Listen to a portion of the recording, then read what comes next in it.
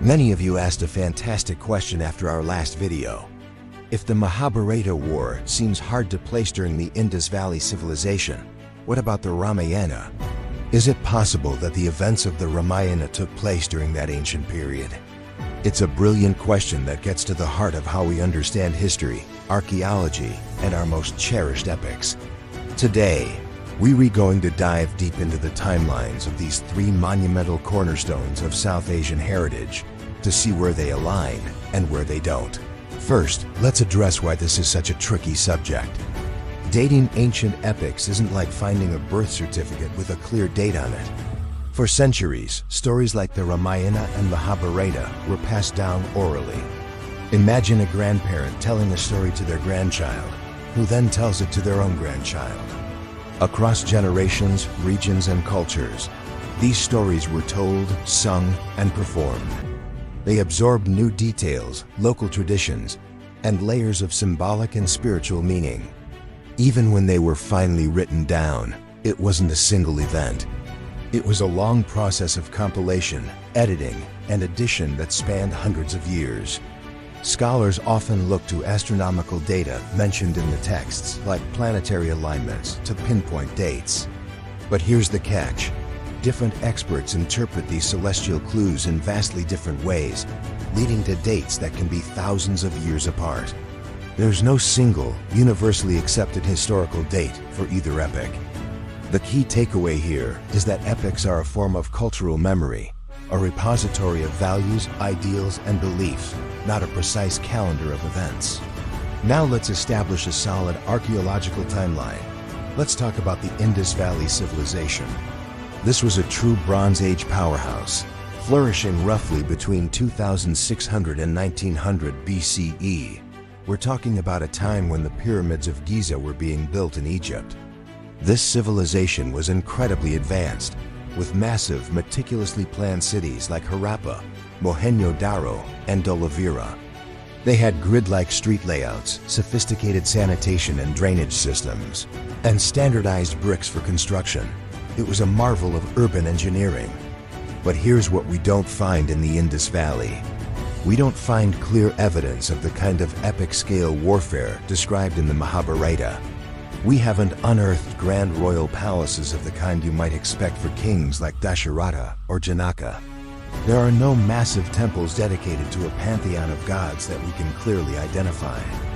And perhaps most frustratingly for historians, their script, those beautiful symbols on seals and pottery, remains undeciphered. This means we have no written records from them to tell us their stories, their history, or their names. The Indus Valley represents an incredibly sophisticated, early urban phase of civilization, but its voice is silent. So with that in mind, where does the Mahabharata fit in? Traditionally, based on certain religious chronologies and astronomical readings, the Kurukshetra War is often placed around 3100 BCE at the dawn of the Kali Yuga. This would put it right before, or at the very beginning of the mature Indus period. However, the vast majority of academic historians and archaeologists see things differently.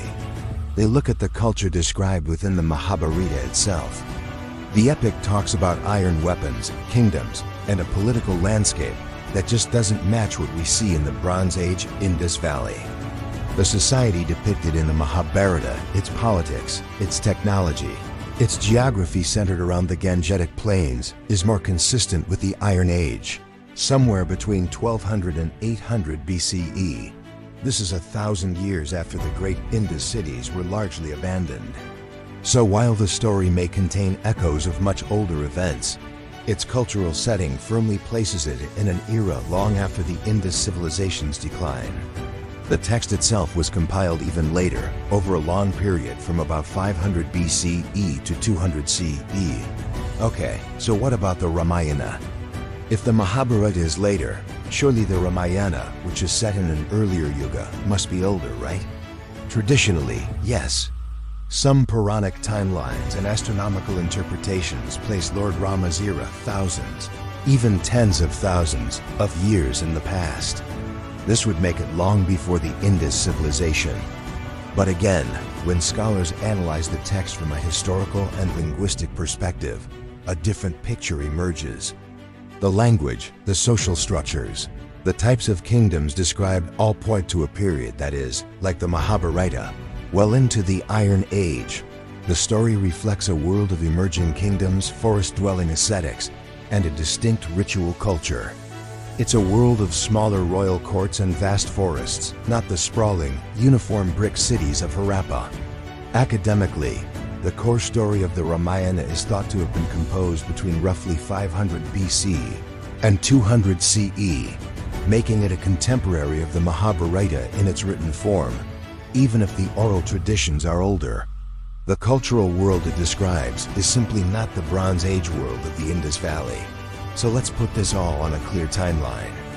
The Indus Valley Civilization peaks between 2600 and 1900 BCE, then there's a gap.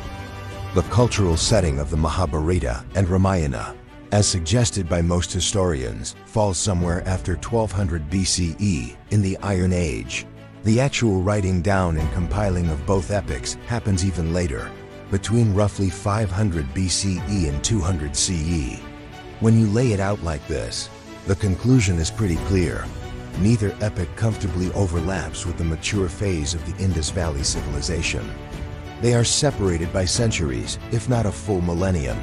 So does this mean there's absolutely no connection? Not necessarily. While there's no direct, provable link, there are threads of continuity. The geography for one. The sacred rivers like the Ganga, Yamuna, and Sarasvati are central to both the epics and the earlier civilization. It's possible that cultural memory, passed down orally through countless generations, preserved fragments of stories, symbols, or rituals that originated long before. The people who lived in the post-Indus era were, after all, the descendants of the people who built those great cities. But and this is a very important, but we have to be clear about what we don't have. There are no archaeological inscriptions found at Harappa or Mohenjo-daro that mention Rama, Krishna, or the Pandavas. There's no material evidence, like a specific type of pottery or weapon, that directly connects an Indus site to an event in the epics. The connection, if it exists, is one of deep cultural inheritance, not direct historical record. This brings us to some common misunderstandings. It's tempting to treat the epics as literal, word-for-word history books. It's also tempting to try and force archaeological sites to fit mythological descriptions. But this can be misleading. Confusing cultural continuity with direct historical identity is a common pitfall. The spirit of a place and its people can endure for millennia, even as cities rise and fall and stories evolve. Myth and legend are powerful vehicles for preserving meaning, values, and a sense of identity, but they don't always preserve precise chronology. So what's the final conclusion? The Indus Valley Civilization, the Mahabharata, and the Ramayana represent three distinct, magnificent chapters in the long and complex story of South Asian civilization. The Indus belongs to the early, urban Bronze Age world. The Ramayana and Mahabharata belong to a later cultural and literary world of the Iron Age, reflecting its societies, values, and conflicts. Recognizing these different timelines doesn't diminish any of them. It allows us to appreciate each one on its own terms. We can marvel at the engineering genius of the Indus people, while also being moved by the profound moral and spiritual questions explored in the epics. They are all part of a shared heritage, but from different ages. As one could say, the Indus civilization built the cities, the epics built the memory, and both, in their own way, shaped a civilization. Thank you so much for joining me on this journey through time. If you found this exploration fascinating, please hit the like button and subscribe for more deep dives into history and culture. Let me know your thoughts in the comments below. See you next time.